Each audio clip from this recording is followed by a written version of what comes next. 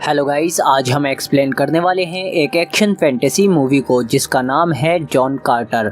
Movie की शुरुआत में हमें प्लेनेट मार्स दिखाया जाता है जिसका नाम यहाँ पर बारसून है और यहाँ 3 अलग अलग राज्य हैं जिनका नाम है हीलियम, जोडांगा और थार्क्स। इनमें हीलियम और जोडांगा सदियों से आपस में जंग कर रहे हैं और अब भी ये दोनों आपस में एक दूसरे से जंग कर रहे हैं और ये है जोडांगा के जनरल जिसका नाम है सेप्तन। इसी बीच इनके पास 3 थर्न्स आते हैं जो खुद को गॉड का मैसेंजर बताते हैं और इनका लीडर है शेंग जो सेप्तन को एक मिस्टीरियस वेपन देता है और उसे बताता है कि देवताओं ने तुम्हें चुना है, इसीलिए हम इस जंग में जोडांगा का साथ देंगे। इसके बाद ये उस ब्लू वेपन को यूज करता है। इससे निकलने वाली ब्लू लाइट 9th रे कहलाती है और ये हथियार जोडांगा को पूरे बारसून पर सबसे शक्तिशाली राज्य बना देता है। इसके बाद हमें 1881 का न्यूयॉर्क शहर दिखाया जाता है जहाँ हम एडगर को देखते हैं जिसे उसके अंकल जॉन कार्टर ने न्यूयॉर्क बुलाया है। जॉन कार्टर एक बहुत अमीर इंसान है। एडगर को उनके घर उनका वकील मिलता है जो एडगर को बताता है कि जॉन की अचानक मौत हो गई है और वो अपनी सारी जायदाद एडगर के लिए छोड़ गए हैं। इसके बाद वकील एडगर को जॉन का मौजेलियम दिखाता है जिसमें जॉन की बॉडी सुरक्षित रखी है, लेकिन इस मौजेलियम का दरवाजा सिर्फ अंदर से ही खुल सकता है। इसके बाद वकील एडगर को जॉन की पर्सनल डायरी देते हैं जिसे सिर्फ एडगर को पढ़ने के लिए कहा है। एडगर वकील के जाते ही वो डायरी पढ़ने लगता है। इस स्टोरी की शुरुआत सिविल वॉर के बाद एरिजोना से होती है। जॉन कार्टर कॉन्फेडरेट आर्मी के फॉर्मर कैप्टन थे जो आजकल सोने की गुफा ढूंढ रहे हैं। तभी वहाँ यूनियन कर्नल आते हैं जो अपाचे को हराने के लिए जॉन से मदद चाहते हैं। जॉन के मना करने पर वो उसे पकड़कर ले आते हैं, पर जॉन अब कभी भी एक सिपाही की तरह लड़ना नहीं चाहता, इसीलिए वो कर्नल का घोड़ा लेकर वहाँ से भाग जाता है। पर कर्नल भी इसका पीछा करते हैं और भागते भागते ये लोग अपाचे के इलाके में आ जाते हैं और फिर ये लोग आपस में लड़ने लगते हैं। जॉन वहाँ से भागने की कोशिश करता है पर तभी कर्नल को गोली लग जाती है, जिसके बाद जॉन उसे बचाकर एक गुफा के पास ले आता है और ये वैसी ही गुफा है जैसी जॉन ढूंढ रहा है। जब ये अंदर जाता है तो ये हैरान हो जाता है क्योंकि गुफा की छत पर बहुत सारा सोना जड़ा हुआ था। तभी जॉन के पीछे एक थर्न आता है जो कि उन तीनों में से एक है। कर्नल जॉन को बता देते हैं, तभी जॉन उससे बचकर उसे शूट कर देता है। जॉन जब उसके करीब आता है तो वो सुनता है कि वो बारसून कह रहा है जिसके हाथ में एक डिवाइस है। जॉन वो डिवाइस ले लेता है और जॉन जैसे ही बारसून कहता है अचानक उसमें से एक तेज रोशनी निकलती है और जब जॉन की आंखें खुलती हैं तो वो खुद को एक रेगिस्तान में पाता है और जैसे ही वो चलने की कोशिश करता है जॉन जंप करके गिर जाता है जैसे कि वो हवा में उड़ रहा हो। जॉन ऐसे ही चलते चलते एक पहाड़ी पर आ जाता है जहाँ अंडों से कुछ बच्चे निकल रहे हैं। तभी वहाँ कुछ ग्रीन कलर के क्रिएचर आ जाते हैं जो जॉन पर अटैक करते हैं। जॉन लंबी छलांगे लगाकर बच जाता है और पत्थर के पीछे छिप जाता है। इनका लीडर भी इन्हें फायरिंग रोकने को कहता है। इसके बाद वो क्रिएचर एक अलग लैंग्वेज में खुद को इंट्रोड्यूस करता है कि वो एक थार्क्स है और उसका नाम टार्कस है। जॉन भी खुद को इंट्रोड्यूस करता है कि वो वर्जीनिया से जॉन कार्टर है। टार्कस उसे दोबारा से जंप मारने को कहता है जैसे उसने अभी मारी थी, पर जॉन मना कर देता है और उस पर अटैक करने लगता है, लेकिन टार्कस उसे जख्मी कर देता है और उसे बंदी बना लेता है। इसके बाद हम हीलियम की राजकुमारी को देखते हैं जिनका नाम है डेजा, जिसने अपने पिता के लिए एक नया हथियार बनाया है जो कि हीलियम के राजा हैं। हीलियम की जोडांगा के साथ जंग चल रही है और हीलियम लगातार हार रहा है क्योंकि जोडांगा के पास 9th रे की पावर है। इधर डेजा ने भी 9th रे का सीक्रेट ढूंढ लिया है कि कैसे जोडांगा 9th रे को यूज कर रहा है और जब ये अपना वेपन राजा को दिखा रही होती है तभी एक थर्न चुपके से कुछ गड़बड़ी कर देता है जिससे ये वेपन खराब हो जाता है। इधर जोडांगा का राजा सेप्तन डेजा से शादी करना चाहता है पर डेजा इसके खिलाफ है क्योंकि अगर सेप्तन की शादी डेजा के साथ हो गई तो फिर सेप्तन हीलियम का भी राजा बन जाएगा और इस तरह पूरे बारसून पर उसका राज हो जाएगा। इधर टार्कस भी जॉन को अपने शहर ले आता है, उसे नए पैदा हुए बच्चों के साथ बांध देता है। रात में उसके पास एक लेडी थार्क्स आती है जिसका नाम सोला है जो जॉन को एक लिक्विड पिलाती है जिससे वो थार्क्स की भाषा सीख जाता है। अगले दिन थार्क्स जॉन को सबके सामने ऊंची छलांगे लगाने को कहते हैं और जॉन को पता था कि उसका डिवाइस टार्कस के पास है जिसके बिना वो वापस घर नहीं जा सकता। तभी आसमान में कुछ शिप दिखाई देती हैं। हीलियम और जोडांगा आपस में जंग कर रहे हैं लेकिन थार्क्स के लिए ये मजेदार है। वो इस पर सट्टा लगाते हैं कि कौन जीतेगा। तभी हम प्रिंसेस डेजा को देखते हैं जो शिप को कंट्रोल करने की कोशिश में नीचे गिर जाती है। तभी जॉन एक ऊंची छलांग लगाकर प्रिंसेस को बचा लेता है। थार्क्स जॉन के लिए चीयरिंग करने लगते हैं जो कि डेजा के साथ जोडांगा के सोल्जर से लड़ रहा है और जॉन के आते ही जंग का रुख बदल जाता है। हीलियम जीतने लगता है, लेकिन उसमें इनकी शिप भी क्रैश हो जाती है।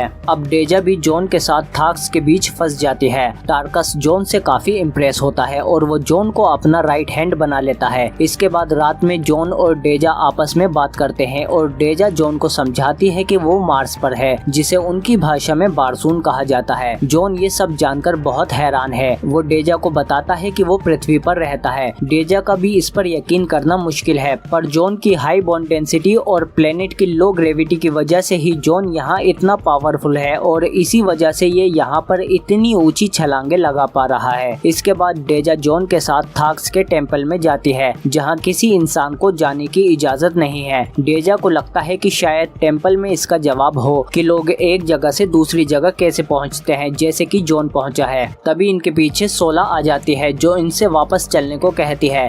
डेजा जॉन को इसिस की मूर्ति दिखाती है, जिस पर कुछ लिखा है। डेजा उसे पढ़ने की कोशिश करती है, पर तभी थाक्स उन्हें पकड़ लेते हैं और इन्हें टेम्पल में जाने के लिए मौत की सजा सुनाते हैं। टार्कस सबसे कहता है कि मुझे इनके साथ अकेला छोड़ दो। जब ये लोग अकेले होते हैं तो टार्कस बताता है कि सोला मेरी बेटी है, इसीलिए वो नहीं चाहता कि उसे मौत की सजा मिले। और फिर वो जॉन को उसकी डिवाइस दे देता है और उससे कहता है कि रिवर ऑफ इस पर जाओ, इसिस की मिस्ट्री सुलझाओ और वापस अपनी दुनिया में लौट जाओ। कुछ देर बाद जब दूसरे थाक्स आते हैं तो उन्हें पता चलता है कि टार्कस ने उनसे गद्दारी करके कैदियों को भगा दिया है। टार्कस का दुश्मन तलहजूस इसका फायदा उठाकर खुद को थार्स का नया लीडर घोषित कर देता है। इसके बाद हम इन तीनों को देखते हैं जो रिवर इसकी ओर जा रहे हैं, जिसका रास्ता इन्हें डेजा बता रही है। पर तभी सोला जॉन को बता देती है कि डेजा हमें रिवर ऑफ इसके बजाय हीलियम की तरफ ले जा रही है। जॉन को इस पर बहुत ज्यादा गुस्सा आता है कि वो जॉन को हीलियम ले जा रही है ताकि वो जंग में जॉन को इस्तेमाल कर सके सोल्जर की तरह। इसके